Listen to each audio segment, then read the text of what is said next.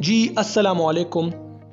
आज हम पढ़ेंगे शऊर की रव की टेक्निक और दूसरा फ्लैश बैक की टेक्निक, और इसमें फ़र्क क्या है, डिफरेंस क्या है। तो मिसालों के ज़रिए हम इसको समझने की कोशिश करेंगे। ये दो टेक्निक अफसाने और नावल में इस्तेमाल होते हैं, लेकिन जो तलबा है इसको समझने से कासिर होते हैं। तो आज इंशाल्लाह हम इसको समझने की कोशिश करेंगे। तो सबसे पहले है शऊर की रव की टेक्निक की क्या है। शऊर की रव क्या है?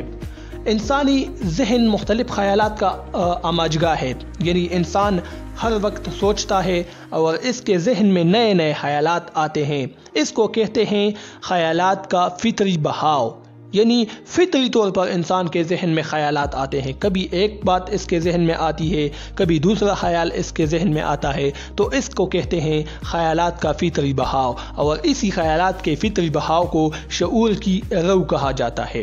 मिसाल के तौर पर मैं कंप्यूटर पर काम कर रहा हूँ, अचानक बिजली चली गई तो मुझे बहुत गुस्सा आया।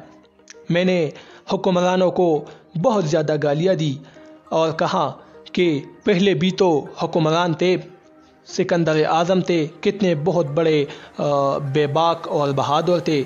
उसको अरस्तु ने सब कुछ सिखाया था। अरस्तु जो कि अफलातून का शागिर्द था, और अफलातून जो कि सुकरात का शागिर्द था। सुकरात जिसने जहर का प्याला पिया था और ख़ुदकशी की थी। और ये ख़ुदकशी का रुझान आजकल हमारे मुआशरे में भी बढ़ता चला जा रहा है, तो ये अच्छी बात नहीं है। तो आप लोगों ने देखा यहाँ पर मिसाल में कि मैंने बात कंप्यूटर से शुरू की थी और मैं यहाँ आ गया ख़ुदकशी तक। बीच में मैं हुक्मरानों को मैंने गालियाँ दी, फिर चला गया सिकंदर आज़म की तरफ, अरस्तु, अफलातून और सुकरात की तरफ, ख़ुदकशी की तरफ आया। यानी जहन में मेरे ख़यालात आते रहते थे। ठीक है, तो इसको कहते हैं ख़यालात का फितरी बहाव। और इसी चीज़ को जब हम नावल या अफसाने के अंदर इस्तेमाल करें तो इसको कहते हैं शऊर की रव की टेक्निक। यानी जिस तरह हमारे जहन में ख़यालात आते हैं, बेनी ही इसको सफ़ाई किरतास की जीनत बनाना, सफ़े पर लिखना, ये है शऊर की रव की टेक्निक। दूसरे नंबर पर है फ्लैश बैक की टेक्निक। फ्लैश बैक की टेक्निक ये भी अफसाने और नावल में ये टेक्निक इस्तेमाल होती है। फ्लैश बैक की टेक्निक कहते हैं माजी की तरफ चले जाना हाल में रहते हुए।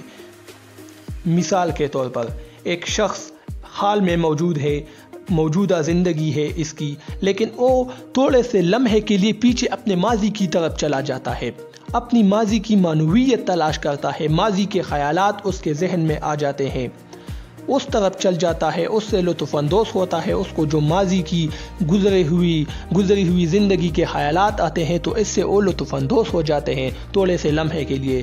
तो वो लम्हा जब गुज़र जाता है तो वापस माजी से अपने हाल में आ जाता है, क्योंकि इंसान तो हाल में मौजूद है, मौजूदा ज़माने में वो ज़िंदगी बसर कर रहा है। तो जो माजी की तरफ इन्होंने सफ़र किया और वहाँ से वापस यहाँ पर आए अपने हाल में, तो इसको कहते हैं फ्लैश बैक की टेक्निक।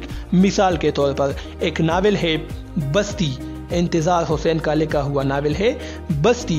वो तो 1960-1965 की ज़िंदगी, उस वक्त का वो जो किरदार है, मरकज़ी किरदार उसमें तो 1960 और 1965 ईस्वी के ज़माने में ज़िंदगी गुजारता है, लेकिन वो चला जाता है 1947 की तरफ।